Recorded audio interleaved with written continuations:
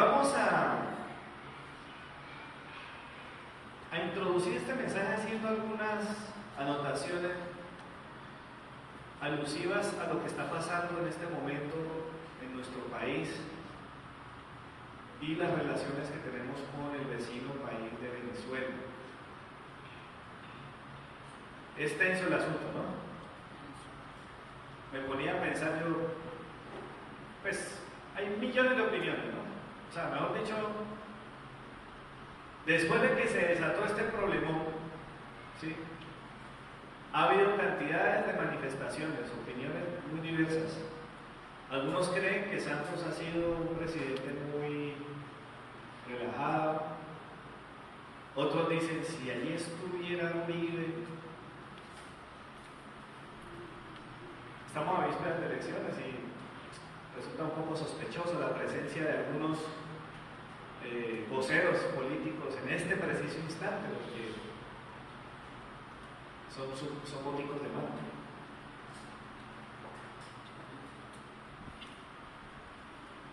Está complicado el asunto. Yo no sé qué piensa usted, pero el gobierno del señor Nicolás Maduro es un gobierno que está pasando por una serie de situaciones que no solamente lo afectan a él en su imagen como gobernante, sino que están afectando seriamente a los venezolanos. Hace unos días yo publicaba en el perfil que tengo en Facebook que mi dolor no solamente es por los colombianos, a mí me duele ver a mis compatriotas en la situación que están, pero también me duele los venezolanos. Nosotros estamos limitados por causa de, usted sabe que allá no hay libertad de prensa. ¿Usted se imagina tuviera libertad de prensa de todas las cosas que nos daríamos cuenta? Por eso esa canciller dijo lo que dijo. No, es que los medios aquí son muy exagerados, eso no es la realidad. Pero bien dicen algunos también, algunos venezolanos, con vergüenza y todo, chao. Las imágenes hablan más que las palabras. O sea, no se puede tapar la realidad. ¿A cuánto les gusta hablar de política? ¿A cuánto les gusta la palabra política? Bueno, solamente veo una mano entusiasta por ahí atrás. Y no me extraña, ¿sí? De pronto alguna vez le ha interesado temas relacionados con política, alguna vez en su vida, de pronto ya no, pero en algún momento de su vida, ¿no? ¿Cómo? En la época de la universidad, bueno, a mi mamá le tocó una época donde el tema de la universidad era el epicentro, de hecho, fue el epicentro de muchos movimientos revolucionarios, sospechosos algunos y otros legítimos, en contra del sistema, ¿no?, del Estado y todas estas cosas. En realidad resulta complicado hablar de política. Es un tema, hoy por hoy, con tanta cosa, hasta el término resulta maluco. Usted abre un diario o se pone a ver alguna publicación y el solo hecho que esté enmarcado dentro de la franja de la política ya usted pasa hojas, ¿no? Es mejor como que me voy a los clasificados, a los cómics, a la farándula, a los deportes, pero realmente es algo que... Ahora yo quiero preguntar, ¿alguien realmente sabe lo que significa la palabra política? Usted puede decir, política es,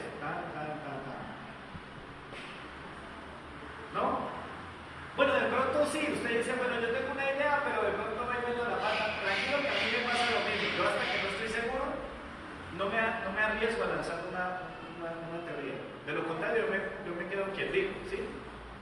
Pero para introducir el mensaje de hoy quisiera leerles a ustedes un fragmento de un excelente artículo relacionado con política, desde su definición etimológica. Y debo decir que me pareció excelente y encaja de manera muy precisa en el tema que voy a presentarles hoy. Me permito leer para ustedes. Dice así: política, del latín politicus, y esta del griego politikos, que significa de los ciudadanos o del Estado, siendo el adjetivo de polis, que significa ciudad, pero también estado, ya que la ciudad en Grecia, en la Grecia clásica, era la única unidad estatal existente. ¿Sí? La ciudad era la única unidad estatal existente. Eso cambió cuando los macedonios fueron los que volvieron a Grecia todo un reino. Un equivalente latino sería, de manera relativa, la palabra civitas, ¿sí?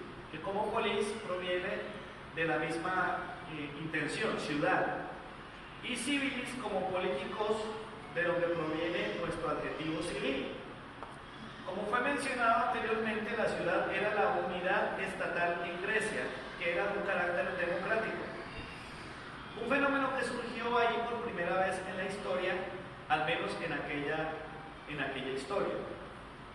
Ahora, dice aquí, y esto lo subrayé, de este modo, todos los asuntos del Estado eran asuntos de todos los ciudadanos. Voy a repetir esto. De este modo, todos los asuntos del Estado eran asuntos ¿de quién? De todos los ciudadanos, es decir, de los habitantes de la ciudad con poder civil. Así los griegos empezaron a llamar a estos temas politikoi, en oposición con aquellos personales e intereses privados de los ciudadanos llamados, no se va a reír, idióticos. Le dije que no se reír, pero me dio risa a mí también. ¿Qué se puede traducir como privados? ¿Sí? Más adelante, los hombres que no se preocupasen de los temas concernientes con la polis se llamarían idiotes, que significa ciudadanos privados, pero luego le llamaron incultos o no conocientes de las artes, derivado siglos más tarde en nuestra palabra actual, idiota. Hoy el término político se encuentra bastante desvirtuado. Haciendo creer a la gente que política es una profesión o carrera. Sin embargo, volviendo a las raíces de la palabra, se ve que esto no es así, y que muchos de los que se denominan hoy en día políticos solo son idiotes, ya que no responden a lo que concierne al Estado o ciudad, sino a sus intereses propios. La solución a la crisis política mundial, y esto me parece genial, está en que la gente empiece a pensar más políticamente que solo en sus asuntos privados.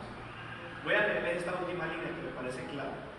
La solución a la crisis política mundial está en que la gente empiece a pensar más políticamente que solo en sus asuntos privados, o en otras palabras, en sus idioteces.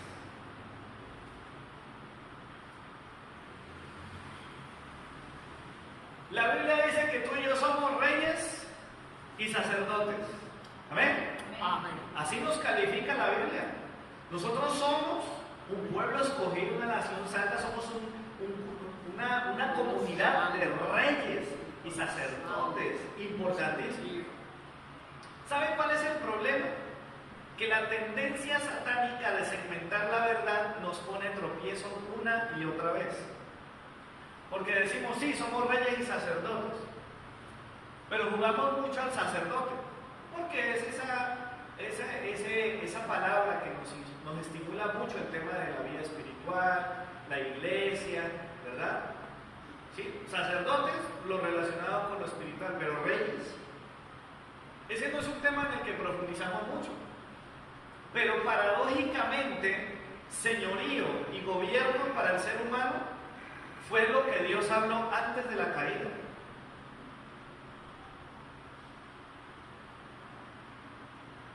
El primer mandamiento, ojo, no estoy diciendo que esto que voy a decir no supera el mandamiento, el primer y grande mandamiento que habló Jesús. Está relacionado, pero lo primero que Dios encomienda al hombre fue señorío. Señorear sobre todo. Dios nos hizo responsables del gobierno, de hacer política y de no cometer tanta idiotez. Pero como saben, asumir la responsabilidad no fue precisamente lo que hicieron Adán y Eva. Nosotros no es que seamos muy diferentes a ellos, ¿verdad?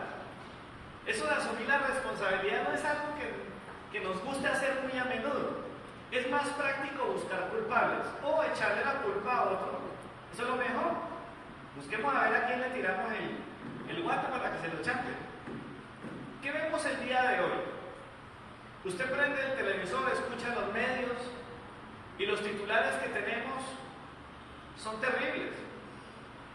No solo lo tocante con el tema de la frontera y otras cosas que vemos alrededor, los diálogos que no sabemos en qué van a terminar, esperamos que bien, pero no sabemos realmente.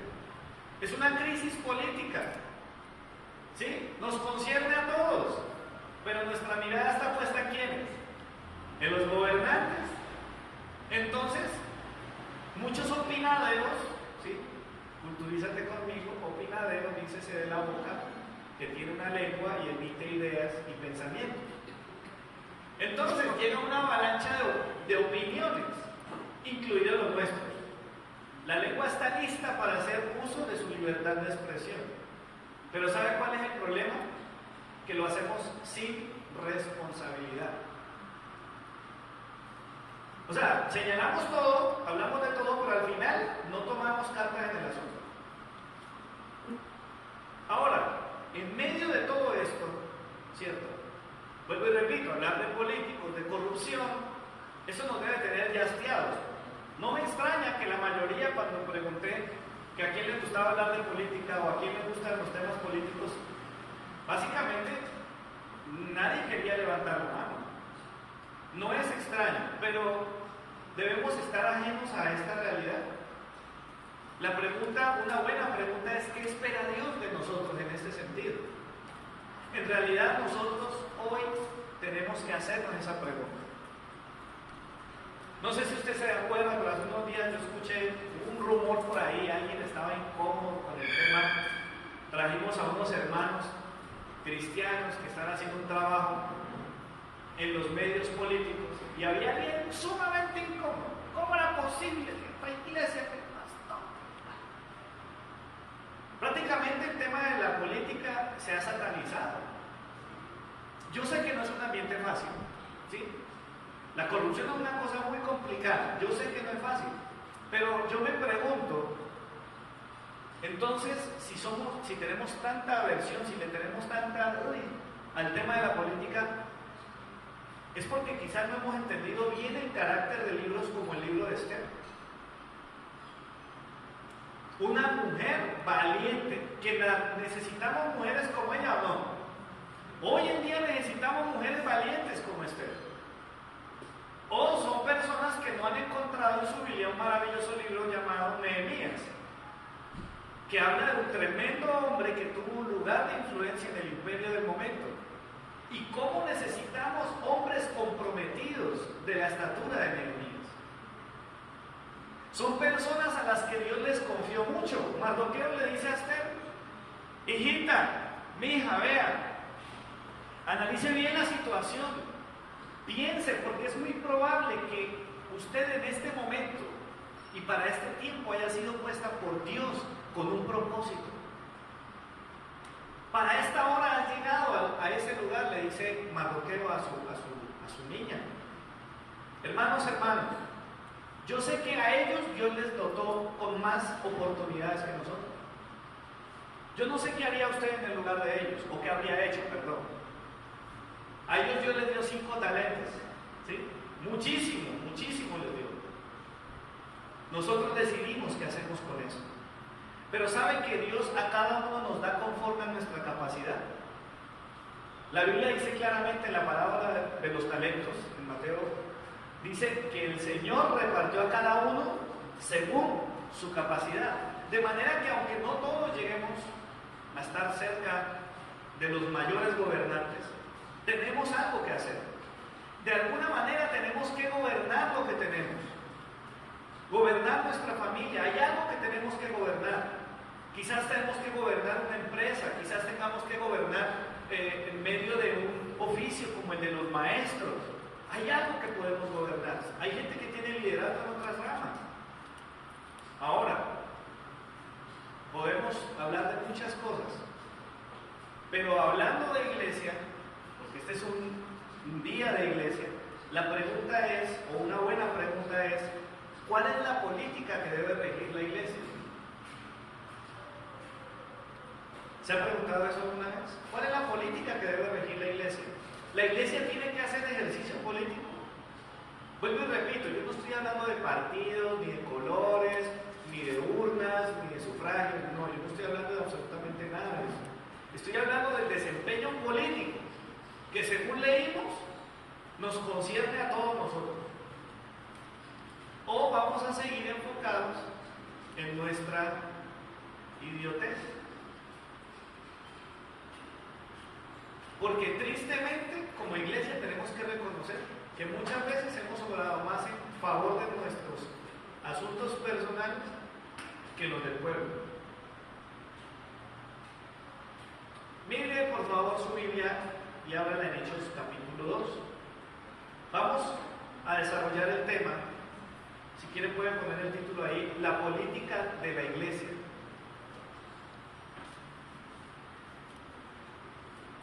Capítulo 2 de Hechos de los Apóstoles. ¿Cuál es el tema de hoy?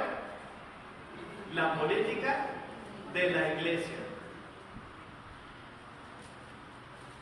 Hechos capítulo 2, vamos a tomar desde el 36. ¿Cuántos ya han leído alguna vez esta porción en su vida? ¿Sí? Al menos una vez, creo que ya varios hemos sido familiarizados. Hay unos versículos al final del capítulo 2 con los que hemos tocado mucho estos últimos días. Pero vamos a mirar este pasaje.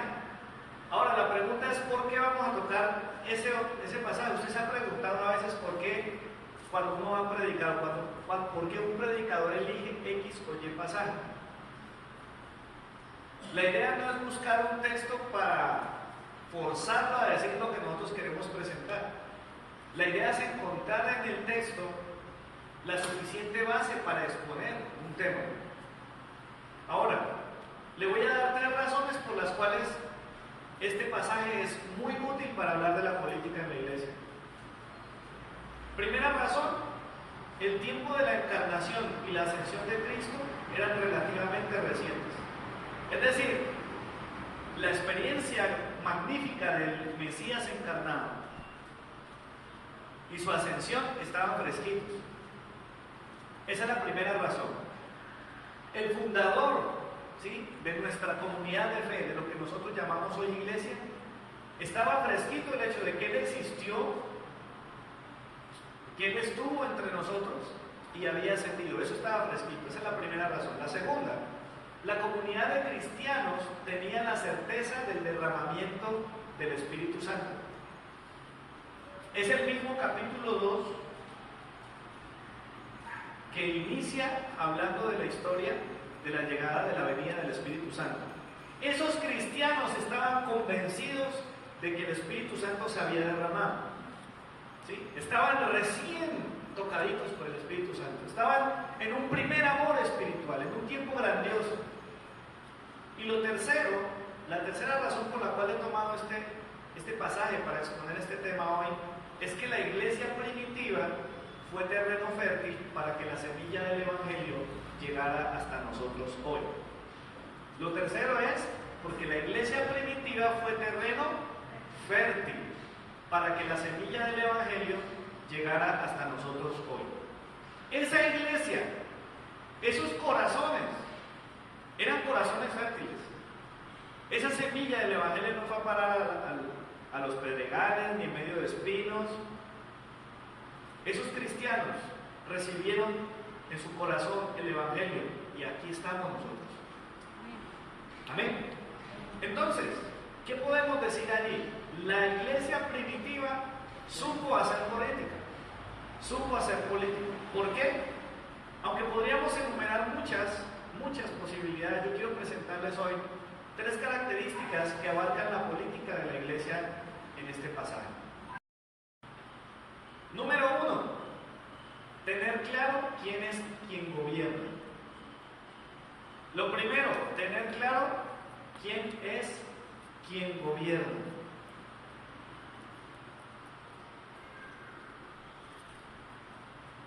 Hechos capítulo 2, versículo 36. Dice la escritura, está predicando Pedro: sepa pues ciertísimamente toda la casa de Israel, que a este Jesús, a quien vosotros crucificasteis, Dios lo ha hecho Señor y Cristo.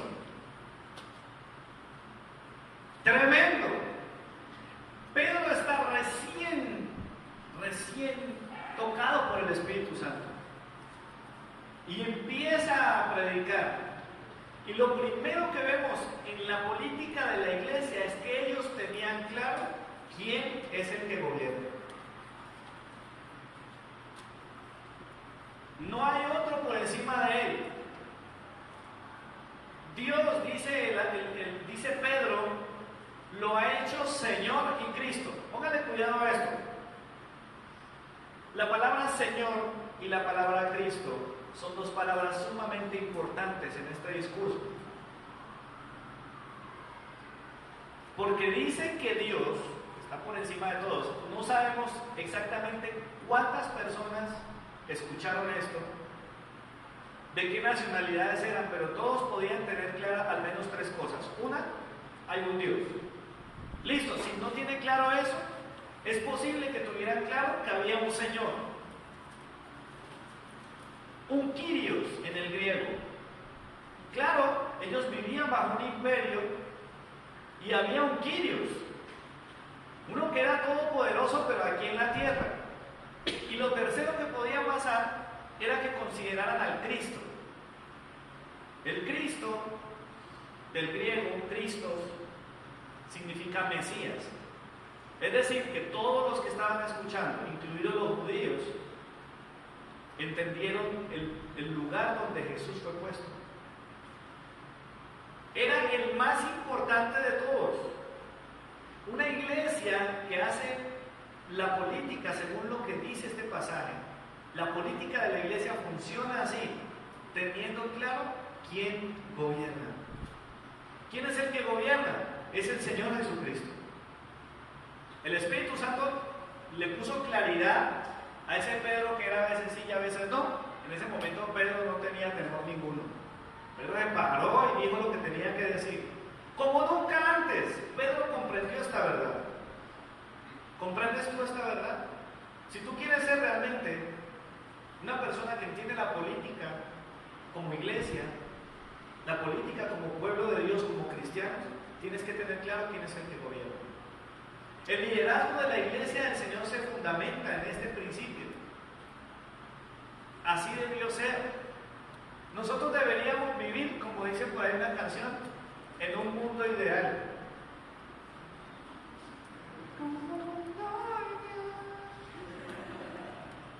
Eso deberíamos estar viviendo nosotros. Pero ¿qué pasó? Dios pone líderes. ¿Y qué hicieron los líderes? Desde el principio, estoy hablando de la creación. ¿Qué hicieron estos líderes? Cayeron en la tentación, y es una tentación que sigue operando en medio de los gobernantes de todo tipo. Padres de familia, empresarios, maestros, líderes e incluso pastores evangélicos siguen siendo tentados con este mismo problema. Usurpar el gobierno que solo le corresponde a Dios. Y todos somos responsables. No es que la gente dice, yo hago con mi vida lo que yo. Algunos tenemos más responsabilidades. Y en la medida que usted va sumando, usted se va dando cuenta. Esposo, tienes una. Padre, tienes dos. Jefe, tienes tres. Si eres líder, tienes cuatro. Y sabe Dios hasta dónde podrías llegar a tener de responsabilidades. ¿Usted se imagina cómo sería la tentación de un presidente cristiano? Bueno, le voy a dejar un dato. Esto no es el centro del mensaje, pero analice la historia del gobierno norteamericano. Un gobierno que viene de una raíz, lástima que se está diluyendo, una raíz cristiana evangélica. ¿Qué cantidad de tentaciones tendría que enfrentar un verdadero creyente en una posición de esas? Hermanos, esto no solamente es una característica de la política de la iglesia, es el fundamento. Hermanos, por este problema es que muchas personas se han convertido en emigrantes del Evangelio. No inmigrantes, el inmigrante es el que viene, son emigrantes, son de los que se van. ¿Por qué mucha gente deserta del Evangelio? Es porque nunca tuvieron claro quién es el que gobierna, a quién le pertenece el gobierno de la iglesia. Yo no estoy hablando simplemente de cambiar de congregación, porque los gobernantes, los líderes, todos los que hemos tenido aquí liderazgo, aquí no solamente está el pastor, está todos los líderes de ministerio, personas viejas en el Evangelio, ¿sí? Los que más años tenemos en el Evangelio somos de esos de los cuales la gente esperó mucho y recibieron quizás muy poco. Hay mucha desilusión y eso produce que la gente migre del Evangelio, migran de las iglesias, pero repito, no se trata solamente de cambiar de congregación. Se trata de personas que literalmente dicen, no, si eso es ser cristiano, yo no quiero ser cristiano. Jesús es el Kyrios. Pedro dijo, el Kyrios. ¿Por qué se formó tanto revuelo en aquella época? Porque decir que había un Kyrios significaba irse en contra del gobernante principal del momento. ¿Cómo así que hay otro Kyrios? Solo hay uno.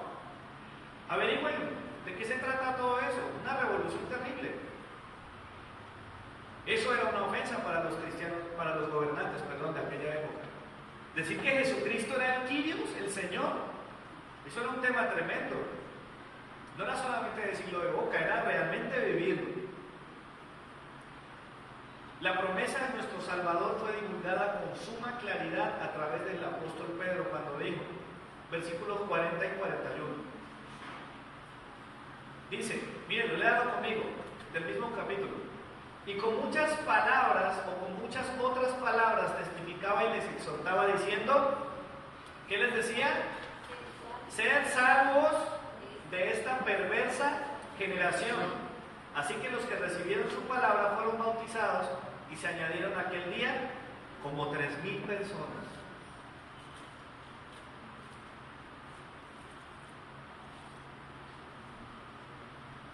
Sed salvos de esta perversa generación. ¿No le parece que esas palabras calan perfectamente en este momento de nuestras vidas?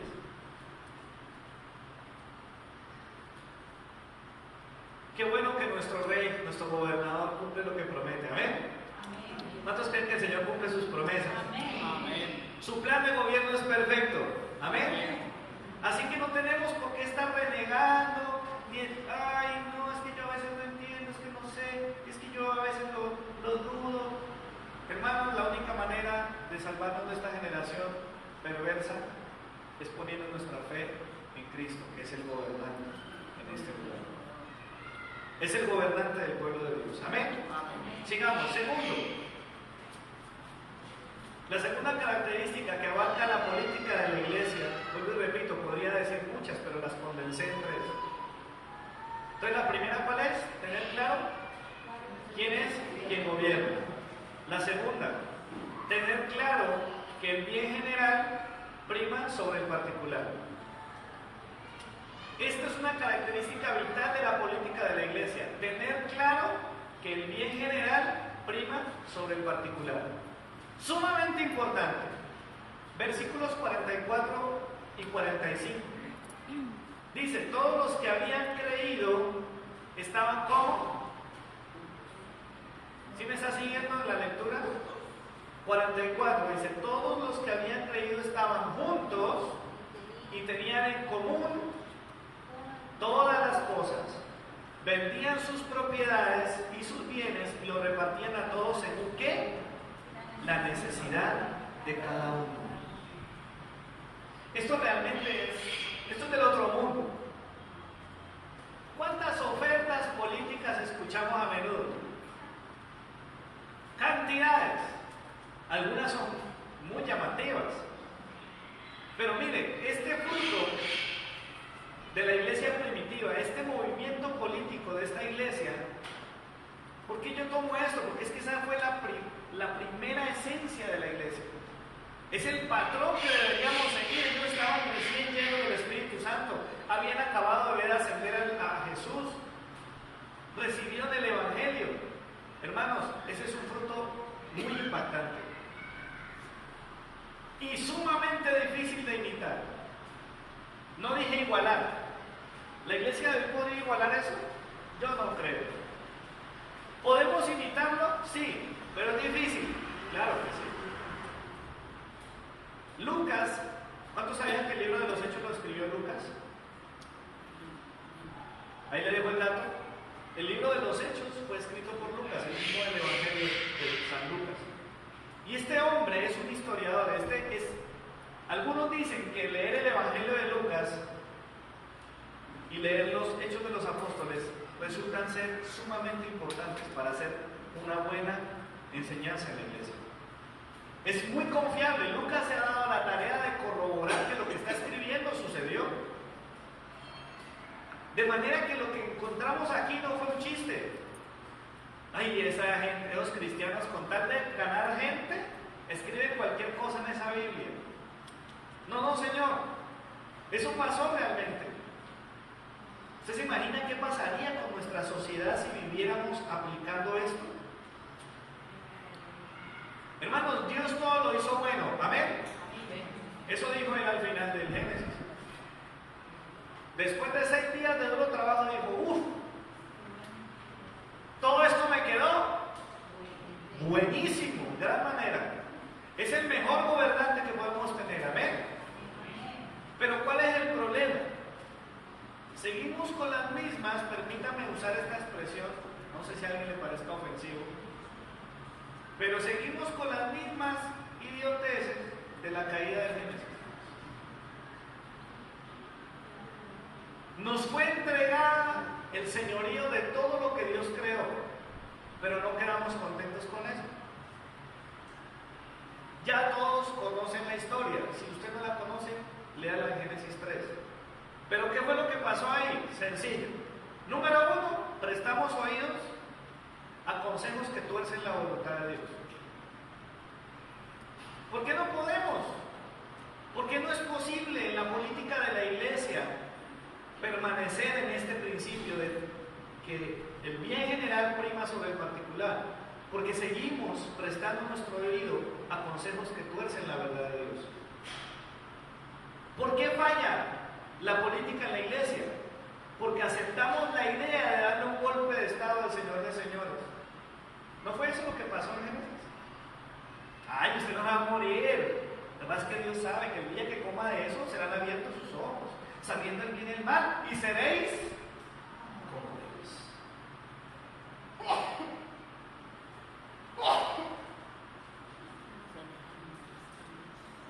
Satanás le dice a Adán y Eva, ¿para qué ser segundos si pueden ser primeros? ¿Sabe que ahí yo creo que hay una prueba importante? Si usted no sabe ser buen segundo, no va a ser buen primero.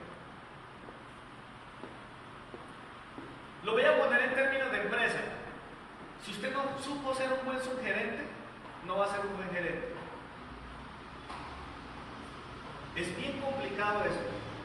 En una iglesia, la gente que está en el liderazgo, la gente que tiene un ministerio influyente en la iglesia, si no sabe ser segundo, difícilmente va a ser buen primero. Es un problema. Y le cuento algo, el método del golpe de estado trae malas consecuencias. Y si no, pregúntele a los vecinos que tenemos. Irnos en contra del gobierno establecido es mala idea. El que prime el bien general por encima del bien particular es lo único que nos puede ayudar en este sentido. La política de Dios tenía un sencillo pero claro equilibrio de poderes. En el gobierno de Dios esto estaba clarísimo. ¿Cómo era? Yo los gobierno a ustedes y ustedes se encargan de gobernar para mantener bueno lo que yo hice bueno. Se lo repito. Así fue el equilibrio de poderes que Dios instituyó. Sencillísimo, pero muy práctico. Yo los gobierno a ustedes y ustedes se encargan de gobernar para mantener bueno todo lo que yo hice bueno. Yo los gobierno a ustedes y ustedes gobiernen para que lo que yo hice bien se mantenga así. Esa es la política de la iglesia. Deberíamos hacerlo así. Quiero pedirle a Zaid y a los jóvenes que estén muy atentos a lo que voy a decir, porque este es un desafío que quisiera que pudiéramos impulsar nosotros como iglesia. Y hablo de ellos porque ellos están buscando algunos proyectos de trabajo. Habla por favor, ahí sin perder esa hoja, habla Romanos capítulo 8, versículo 19. ¿Cuáles son las consecuencias de nuestro fracaso en el gobierno compartido que teníamos con Dios? Romanos capítulo 8, versículo 19.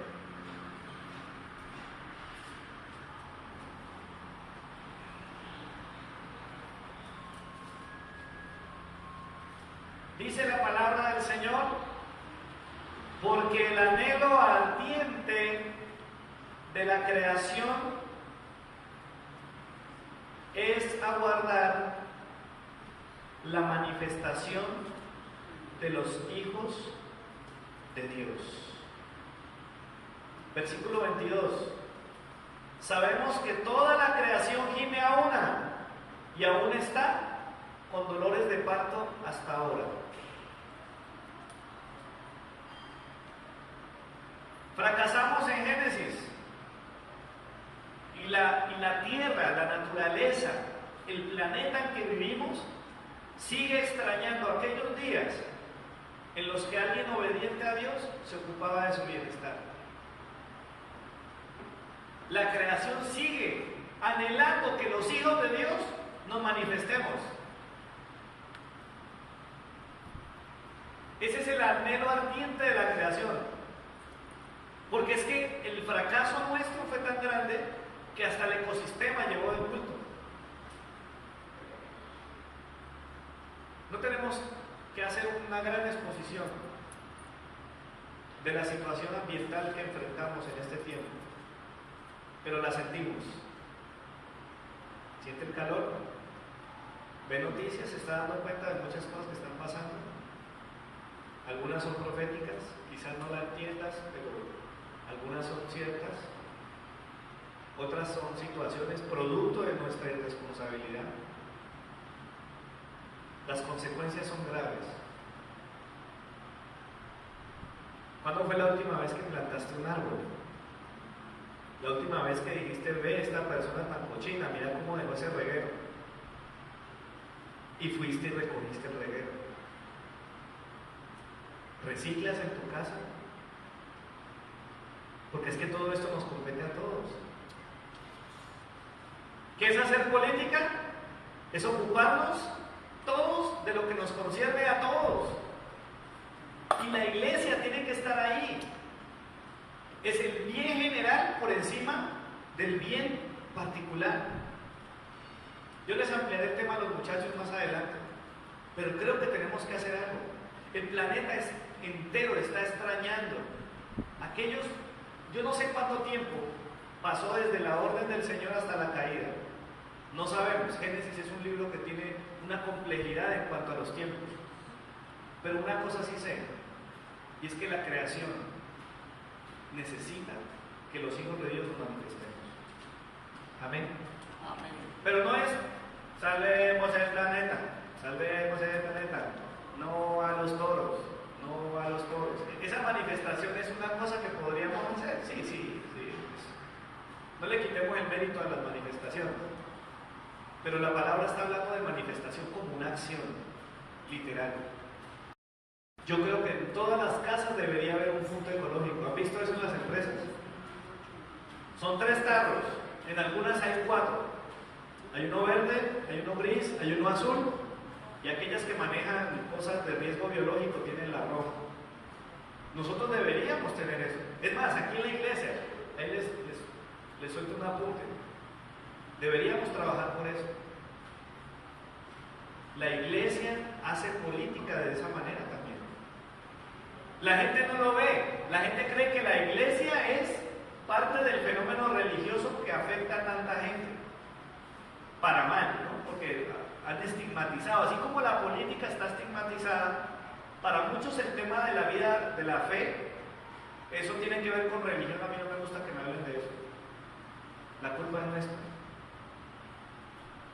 Nosotros deberíamos ser abanderados de una política que demuestre que el que nos gobierna bien, y nos enseñó que el bien general prima sobre el particular. Lo tercero y último, tercera y última característica de la política de la iglesia es tener claro que todos debemos conocer y aplicar nuestra constitución política. Voy a volver a leer para que la puedan notar. Tener claro que todos debemos conocer y aplicar nuestra constitución política. Versículo 42. Volvamos a Hechos, por favor. Hechos 2, 42.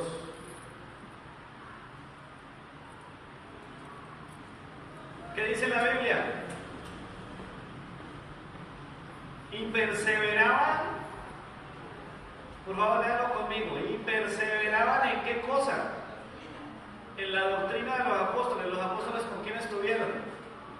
Con Jesús. ¿Y quién es Jesús en Juan 1:1? El verbo. ¿Y qué es el verbo? La palabra. Y perseveraban en la doctrina de los apóstoles. Dice también en la comunión unos con otros, y el partimiento del pan y las oraciones. Miren, hermanos, no importa cuál orientación política tenga una nación o una región, si son de la derecha, de la izquierda, del centro, prácticamente toda nación requiere una constitución. Tiene que haber algo que los identifique de manera legal, algo que los invente, un marco legal. No importa de cuál tendencia sea, debe haber una constitución. Le voy a dejar una preguntita por ahí. ¿Qué tanto usted conoce de la constitución de nuestro país? Ahí le dejo eso. Ahora, ¿la iglesia tiene constitución? Sí, absolutamente sí.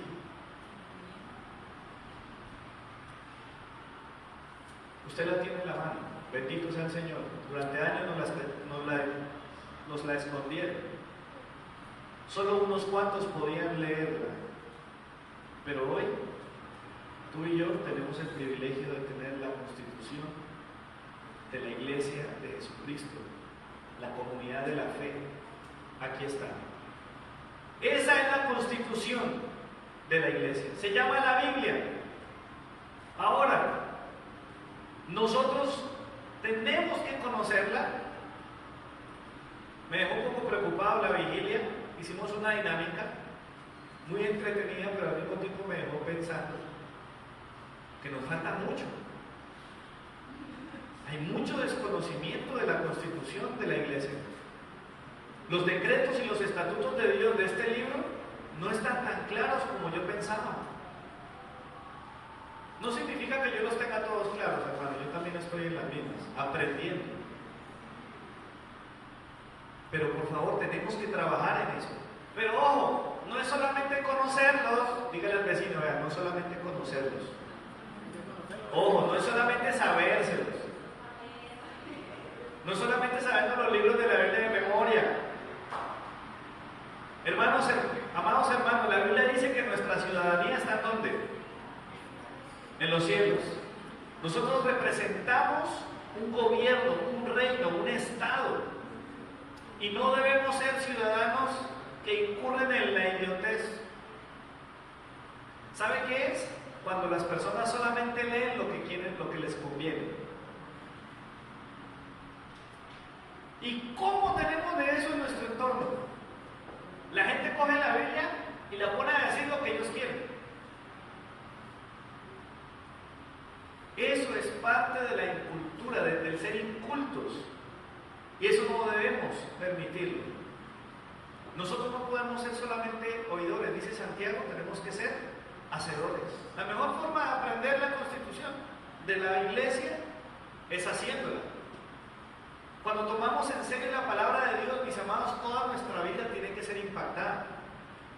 La vida de los cristianos se vuelve deseable.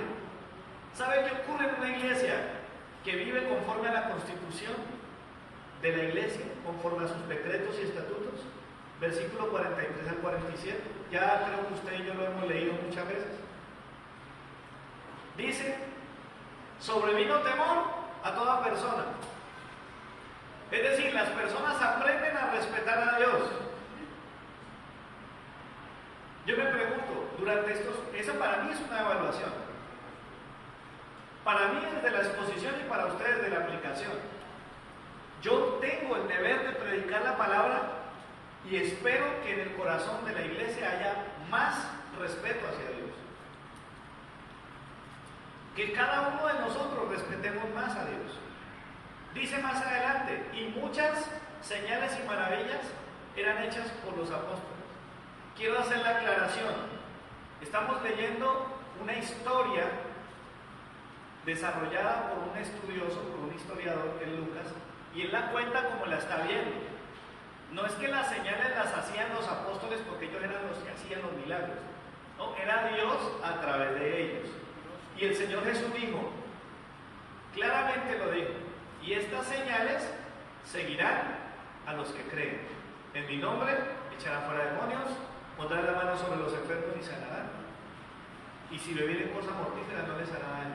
Es decir, el poder de Dios está listo para nosotros. 44. Todos los que habían creído estaban ¿cómo? Juntos. Es decir, había una sana convivencia y tenían en común todas las cosas. No hay egoísmo, hermanos.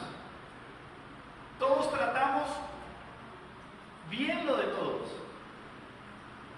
A mí me aterra ver que a veces nosotros somos muy descuidados.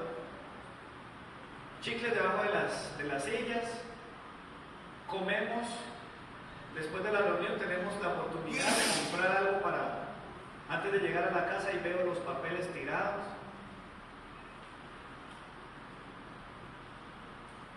Muchas veces yo veo el descuido de los lugares, manos. Digo que los adultos son los responsables de la conducta de sus hijos. Si usted permite que sus hijos corran y dejen las manos marcadas por las paredes, eso es asunto de los padres. Hermanos, no podemos ser egoístas. Todos tratamos lo de todos como si fuera nuestro. Más adelante hablamos de lo que decíamos: vendían sus propiedades, repartían los bienes. Es decir, había generosidad, solidaridad. 46. Y perseveraban unánimes cada día en el templo. Es decir, hay fidelidad en el congregarse. Una iglesia que se congrega fielmente. Dice 47, alabando a Dios y teniendo favor con todo el pueblo, y el Señor añadía cada día a los que habían de ser salvos. Es decir, son vidas que son alabanza al Señor. No estoy hablando de música. Su vida y mi vida es alabanza y adoración a Dios. Y hacemos actos que favorecen a los que nos rodean. Favor con todo el pueblo. Otra preguntita para hacernos: ¿cuándo fue la última vez que le hiciste un favor a algún vecino?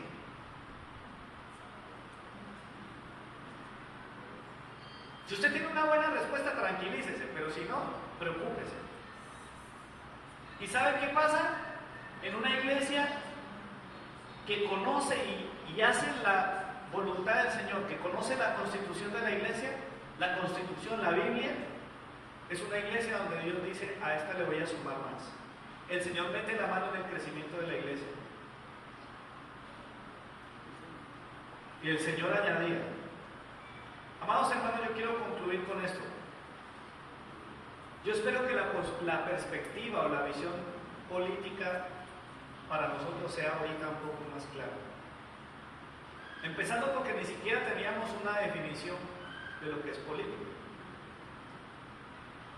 Pero aún más espero que la visión política original de la iglesia primitiva sea para nosotros un desafío.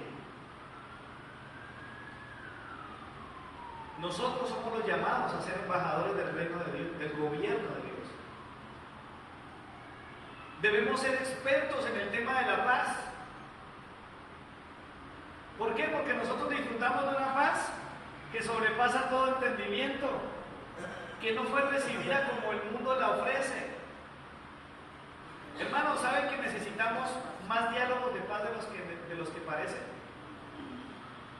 Se necesitan más diálogos de paz de los que imaginamos. ¿Saben dónde se necesitan diálogos de paz? En las casas. Se necesitan diálogos de paz en las empresas. Se necesitan diálogos de paz en los colegios. Uy, ¿cómo se necesitan los colegios? Yo me quedo impresionado de lo que está pasando hoy en día. Se necesitan diálogos de paz en los barrios, en las ciudades, en las regiones. Y lo más tremendo, no debería necesitarse esto, pero también se necesitan diálogos de paz al interior de la iglesia. La iglesia debe convertirse en un lugar ideal para los inmigrantes, no de los emigrantes. Deben haber personas que, aunque están defraudadas de otros, quieran unirse a la fe que se predica aquí, la fe que tú aplicas, la política que tú ejerces. Debe haber gente que diga: yo me desilusioné de eso, no le voy más al partido del mundo, no le voy más al partido de la religión, yo quiero ir con aquellos que son gobernados por Cristo. ¿Cuántos dicen amén a eso? Amén. El problema no es cumplir las expectativas de los de afuera. El desafío es cumplir las expectativas que Dios tiene respecto de nosotros como iglesia. Debemos quedarnos. No debemos jamás pensar en dejar nuestra fe. Estamos bajo el mejor gobierno, es el reino de Dios. Nadie dijo que era fácil. Tomar la cruz no es fácil, pero de eso se trata. Eso es lo que identifica nuestra fe. El movimiento político de Dios se tiene que mover. De pronto nadie te reconozca, o de pronto sí, pero tenemos que movernos. Tenemos que ser fieles a nuestro gobernante. Tenemos que buscar el bien general antes que el particular. Hermano, yo no sé, honestamente yo le digo, ¿cómo quisiera yo que tuviéramos el discernimiento para saber por quién votar? Porque es que el problema es, no, es que a nosotros nos van a echar una manito, es que allá en la empresa dijeron que nos iban a favorecer de una forma, no, es que resulta que yo en el colegio que yo tengo me dijeron que me iban a puros favores. Y lo mejor es que podamos empeñarnos en conocer y aplicar la Constitución que rige el reino de Dios, que es la palabra.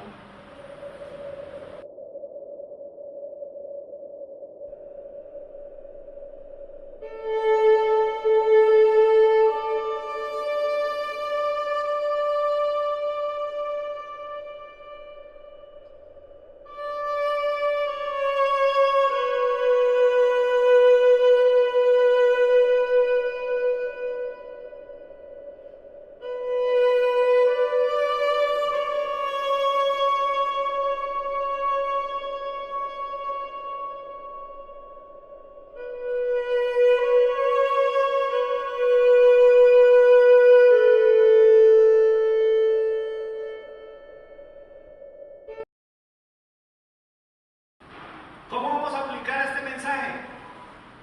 Ese es el problema de quién. Ese es asunto mío y ese asunto suyo. ¿Cómo lo vamos a hacer? ¿Cómo vamos a probar? Esta semilla ya fue lanzada. ¿Cómo vamos a demostrar que somos buena tierra? Dando fruto. ¿Cómo vamos a aportar al avance del gobierno de Dios en pro de esta humanidad? Alguien podría decir orando, sí, se necesita orar, vamos a orar, pero se necesita actuar más, necesitamos hacer más. Hermano, yo le quiero hacer un anuncio extra. Por favor, póngame atención en estos últimos instantes. para responder a estas preguntas o ayudar a responder un poquito estas preguntas y tomar cartas en el asunto, porque como les digo, abrir el opinadero es muy fácil, pero asumir la responsabilidad no lo es tanto. El próximo 13 de septiembre, anótese esa fecha por ahí, vamos a tener una reunión específica donde vamos a trabajar un proyecto, y ese día lo vamos a denominar así: el Día de la Revolución de la Cruz, 13 de septiembre. 13 de septiembre 2015. Ese día vamos a celebrar el Día de la Revolución de la Cruz en nuestra reunión dominical. ¿Sí? El servicio de ese domingo se va a llamar así: Día de la Revolución de la Cruz.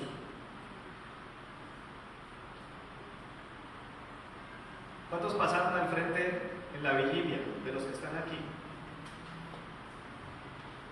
¿Todavía tienen algo que les entregamos?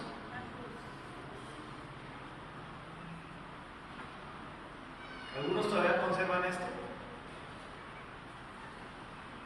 Una persona del equipo de trabajo dijo: yo creo que eso no se tiene que haber hecho así a la loca. Algo tiene que pasar en nosotros. Así que lo invito, y si usted sabe de alguien que necesitaba escuchar este mensaje, aparte de usted, ¿no?, aparte de mí, invítelo. Necesitamos movernos, hermanos. Digo el Señor: si nosotros callamos, las piedras saldrán. Quiero invitarlo para que se ponga de pie, vamos a orar.